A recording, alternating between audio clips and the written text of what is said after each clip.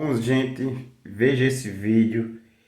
Que lição esse grande professor dá de política usando o rock? Um vídeo maravilhoso que eu encontrei e vou compartilhar com vocês. Roqueiros de extrema direita ouvem e não sabem que são pautas de esquerda. Ah, meu Deus, os roqueiros de direita. Quem não conhece um, pelo menos, que ouvem a música Nothing Brick on the Wall do Pink Floyd e diz aquela velha frase: ah, isso que era música boa. Não se fazem mais músicas como estas. Depois senta na rodinha dos amigos e critica a educação libertadora do Paulo Freire. Você, roqueirinho de direita, não sabia, mas essa música e Paulo Freire tem tudo a ver e você nunca mais vai ouvir essa música sem antes pensar no veinho barbudinho do Paulo Freire. O 12º álbum da banda, lançado em 1979, deve a maior parte do seu sucesso à quinta faixa do álbum, a música A Not a Brick in the Wall. A música de fato é sensacional, fora a crítica à educação tradicional, ela traz vários elementos artísticos, uma sonoridade penetrante, sem falar do magnífico solo do David Gilmour. Mas deixa eu te falar do principal. Essa música fala e critica a alienação mental, que é uma identificação da educação tradicional vivida pelo vocalista Roger Waters. Educação tradicional essa que tinha como protagonista o professor, aquele que dizia que era palavra de ordem porque era o detentor do conhecimento, a famosa educação da palmatória. A música traz uma forte crítica a essa educação militarizada, onde coloca os alunos numa rigidez exacerbada. Educação essa que, por ser tradicional e ter o professor como o único detentor do conhecimento, muitas das vezes castra a criatividade da criança, ignorando o conhecimento prévio desses alunos. Critica a educação como esse projeto de mão de obra de reserva, criando uma situação de desemprego, colocando aquele que precisa de trabalho na mão de quem detém os meios de produção. A música deixa isso muito claro, onde o professor na música assume o papel de protagonista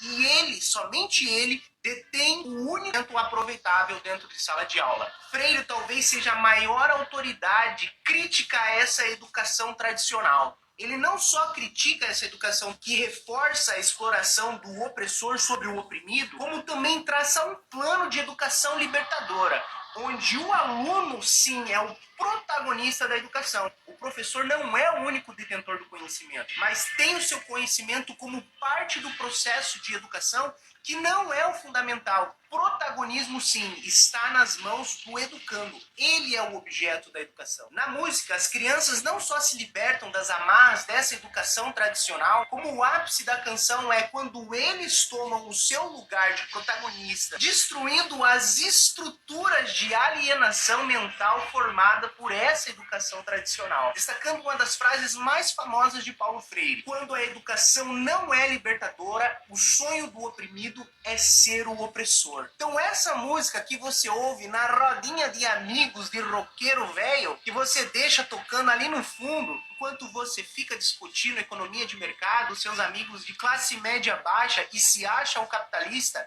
essa música por si só é uma forte pauta de esquerda. E lembrando sempre que se você ouve a música somente pelo ritmo, você não tem moral de criticar o funk. Marque aqui aquele seu amigo que é roqueiro de direita e fica ouvindo essa música, manda pra ele para que ele nunca mais ouça ela sem antes pensar no velho barbudinho do Freire.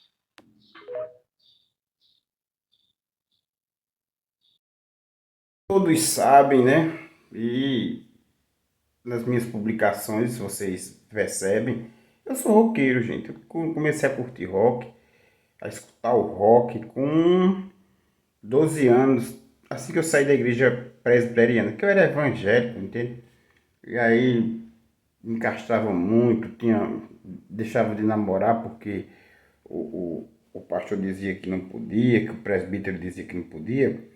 E aí eu me castrava sexualmente, né? Não ia atrás das namoradas porque tinha que casar virgem. Aí um dia eu cheguei na sala lá dos presbíteros, estava um dos presbíteros fundadores da igreja presbiteriana namorando com a irmãzinha.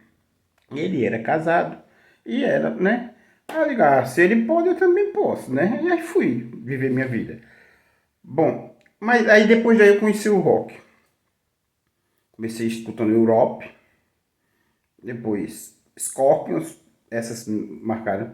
Aí por Legião Urbana, música política, que país é esse, gente? Falava sobre o final da ditadura e o início da democracia brasileira. Anos 80, gente, nós estávamos vivendo o início da democracia brasileira. E o rock brasileiro criticava a ditadura militar que prendeu roqueiros como Raul Seixas, músicos como Caetano Veloso, Gilberto Gil. Então, todas as bandas daquela época, né, todas as bandas de rock criticavam maciçamente a ditadura e a extrema-direita. A extrema-direita, gente, para aquelas pessoas que não entendem, ela foi criada pela nobreza da terra. Nobreza da terra, aqui em Pernambuco, nós entendemos como aquelas pessoas, aquelas famílias que vieram de, que vieram de Portugal há 400 anos, descendentes de Duarte Coelho e de Brito de Albuquerque, e que fundaram, que receberam, ou que compraram, ou que investiram em Seis Marias aqui em Pernambuco e no Nordeste todinho, né? Porque os Albuquerques, filhos e netos de Brito de Albuquerque, ou então sobrinhos de Brito de Albuquerque, fundaram o estado do Rio Grande do Sul, de Alagoas, de Sergipe.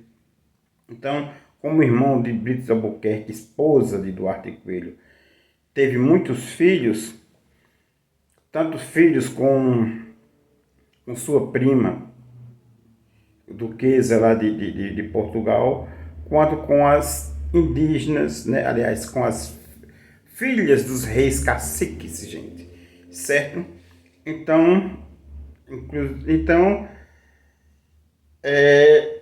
essa nobreza da terra até hoje existe aqui no Nordeste brasileiro e ela influencia ainda hoje no movimento de extrema-direita pernambucano e nordestino. Então, disfarçam às vezes de esquerda, mas são de extrema-direita. Então, o rock em si, o Pink Floyd, que conheci depois, o U2, são todos, gente, falam de trabalhos humanizados, eles criticam a guerra, a exploração, eles não têm nada a ver com o movimento de extrema-direita, de escravização. O rock também foi fundado por negros que escutavam jazz nos Estados Unidos. Então, os negros dos Estados Unidos, eles eram oprimidos pelos movimentos de apartheid dos Estados Unidos, pelo qual o Martin Luther King foi assassinado. Entende? Vou colocar aqui agora a imagem do Martin Luther King. Bom, gente, e Martin Luther King era um líder religioso, né, protestante, que foi bater contra esses movimentos de preconceitos contra os negros, de apartheid, de segregação racial. E os negros, gente, estavam sempre, ao fundarem o rock era sempre um movimento de extrema esquerda, da esquerda, que buscava a libertação de pessoas que eram oprimidas, exploradas pelo capitalismo, pelos detentores de poder, pelos aqueles que não usavam o dinheiro como ferramenta de trabalho para o bem comum. Não é pecado ter dinheiro, o pecado é você explorar pessoas, é você não dar o direito a elas de uma boa educação. Gente, Paulo Freire, ele foi um senhor, um professor, que criou um método de ensino que... Bom, gente, esse é um desenho meu, certo? O projeto para tela, retrato de Martin Luther King. Martin Luther King foi um grande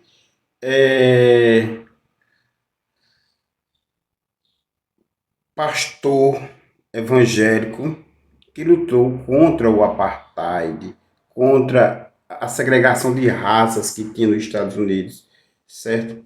Ele usou a mesma tática da não violência de Gandhi. Ele era um admirador muito grande de Gandhi. E é um ser humano fantástico. E como todos aqueles que buscam proteger a classe operária, então aqueles que a nobreza, né, tanto a nobreza da terra quanto os grandes, os empresários de alto padrão decidiram para ser escravos, eles são perseguidos.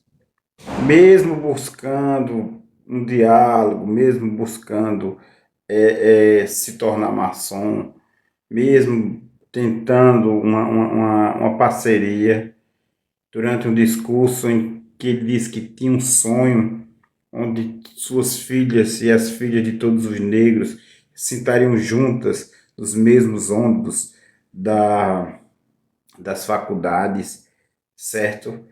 Dos grandes e dos brancos, todos eles estudariam juntos, não haveria banheiros separados, não haveria segregação racial. Então, esse grande homem foi assassinado. Assassinado por pessoas da extrema direita dos Estados Unidos, que até hoje fazem guerra. Já notou como eles ainda fazem guerra? Criam conflitos, tentam invadir países. E aí ele foi perseguido e terminou sendo assassinado. Então, essas pessoas aqui, gente, fizeram e fazem a história da humanidade, da extrema esquerda, da esquerda, que lutam pelo direito do trabalhador, pelo direito do homem ser livre, pelo direito de ter direito. Compreende? Então, e é por isso que foi criado por negros nos Estados Unidos o rock. O rock foi criado dentro de igrejas evangélicas, usando um pouco do jazz e do blues, para como uma prova para falar e protestar contra esses regimes autoritários que aprisionavam as mentes humanas, que aprisionavam os seres humanos. Então eu, Maxwell Rodrigues, sou totalmente contra qualquer tipo de política, desse o nome que se der, que aprisione a mente humana, que aprisione o ser humano, que faça ele, que o torne escravo, que torne ele dependente do controle de outra pessoa. O ser humano ele nasceu para ser livre, certo? Então, esse é um vídeo de uma sequência que eu estou fazendo lá para o canal do YouTube. E vamos ver como é que ele vai ficar, tá certo? Um abraço a todos e um excelente domingo para todos vocês. Gente, para terminar, esse quadro aqui atrás é de Adonai, certo? Um artista caruaruense, faz parte da coleção do Museu Dono do Campo, tá bom? Adonai é um grande artista e usou a cultura nordestina junto com seu estilo, com a sua identidade cultural. Todo artista tem que ter sua identidade cultural. Bom, para encerrarmos, vamos ter mais dois vídeos. Para encerrarmos, eu vou contar um episódio que aconteceu comigo, certo? Um irmão, fiz uma postagem lá em uma das minhas redes sociais, falando, parabenizando o Paulo Coelho, escritor, porque a obra dele, As Valquírias, aliás, Bridas, tinha completado 40 milhões de cópias vendidas em todo o planeta. E aí um irmão de extrema direita chegou lá e disse: esse homem atrapalhou e atrasou a educação brasileira. Gente, Paulo Coelho nunca foi professor. Paulo Coelho é escritor. Ele não vive no Brasil. Ele nunca foi ministro. Nem na época de Dilma, de Lula, de Fernando Henrique. Nunca ele foi ministro da educação brasileira.